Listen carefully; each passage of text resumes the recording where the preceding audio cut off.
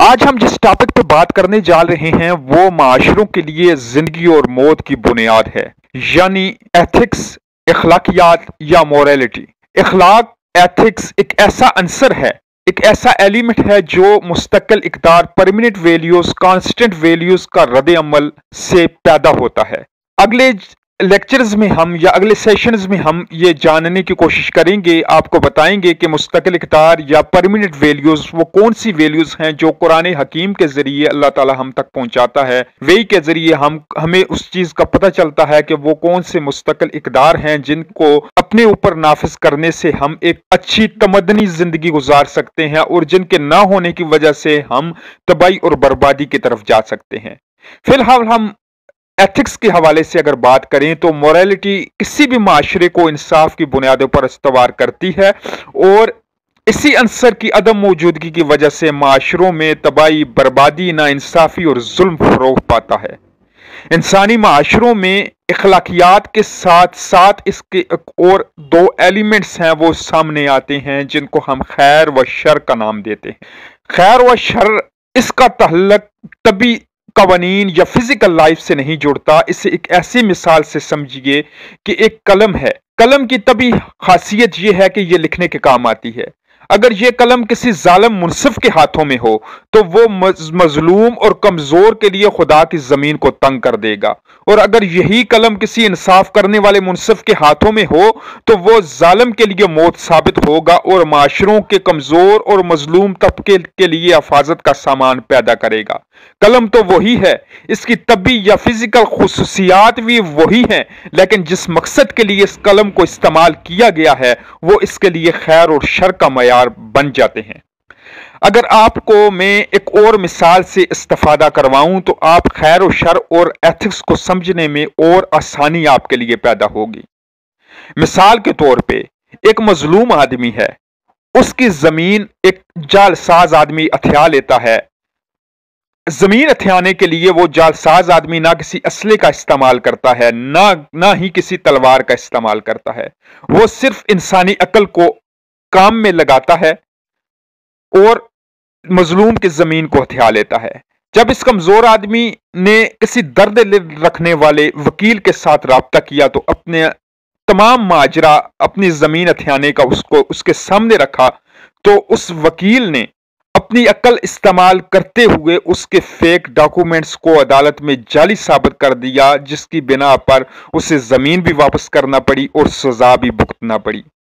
اس چیز سے، اس مثال سے یہ واضح ہوتا ہے کہ عقل انسانی بھی ایک ایسی قوت ہے، ایک قوت ہے جو جس مقصد کے لیے اسے استعمال کیا جائے اس کے مطابق وہ خیر و شر پیدا کرنے کا موجب بنتی ہے۔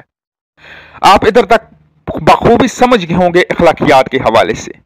واضح رہے کہ اخلاقیات کا تعلق انسانی زندگی سے ہے۔ حیوان میں اخلاقیات کا تصور، ایتھکس کا تصور بھی نہیں کیا جا سکتا، ناممکن ہے۔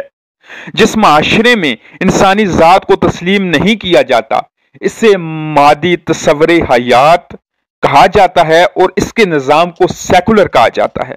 جس میں انسانی ذات کو تسلیم نہیں کیا جاتا، اس میں موریلٹی کے لیے کوئی بیس، کوئی بنیاد نہیں ہوتی۔ اس میں صرف انسانوں کے بنائے ہوئے قانون کار فرما ہوتے ہیں جس کے بغیر انسان کی تمدنی زندگی قائم نہیں رہ سکتی۔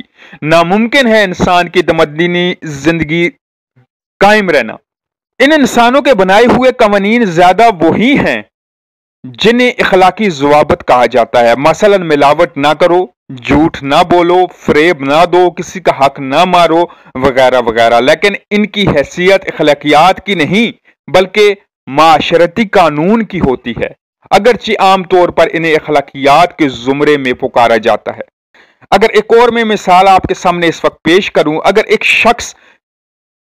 شخص کو معلوم ہے کہ جھوٹ بولنے سے اسے مادی فائدہ حاصل ہوگا، اسے دنیاوی فائدہ حاصل ہوگا جھوٹ بولنے سے، اور اس کا یہ جھوٹ نہ معاشرے کے نوٹس میں آ سکتا ہے اور نہ ہی کسی عدالتی مشینری کی گرفت میں آ سکتا ہے، تو مادی نظریے کی رو سے کوئی چیز اسے نہیں، ایسی نہیں کوئی بھی چیز مادی تصور حیات جو ہے یا جو مادی نظریہ ہے اس کی رو سے کوئی بھی چیز ایسی نہیں جو اسے جھوٹ بولنے سے روک سکے۔ اگر کوئی شخص معاشرے میں قانونی گرفت سے بچنے کے لیے جھوٹ نہیں بولتا تو اسے اعلی اخلاق کا حامل نہیں سمجھا جائے گا۔ اس کے برعکس اگر جو شخص انسانی ذات کو تسلیم کرتا ہے اور اس کے نفع نقصان پر نظر رکھتا ہے، وہ اس وقت بھی جھوٹ نہیں بولے گا جب اسے یقین ہو کہ اس کا جھوٹ کسی قانون کی گرفت میں یا کسی عدالتی گرفت میں نہیں آ سکتا۔ وہ جانتا ہے کہ جھوٹ بولنے سے اس کی ذات کو نقصان ہوگا۔ وہ مادی فائدے کو اپنی ذات کے فائدے پر قربان وہ اپنے مادی فائدے کو اپنی ذات کے فائدے پر قربان کر دے گا۔ اسے آپ اعلی اخلاق کہیں گے۔ یہ ہی بیسک ڈیفینیشن ہے اخلاق کی، ایتھکس کی یا مینرز کی، کہ آپ مادی فائدے کو اپنی ذات کے فائدے پر قربان کر دیں۔ یہ ہوگا بیسکلی ایتھکس۔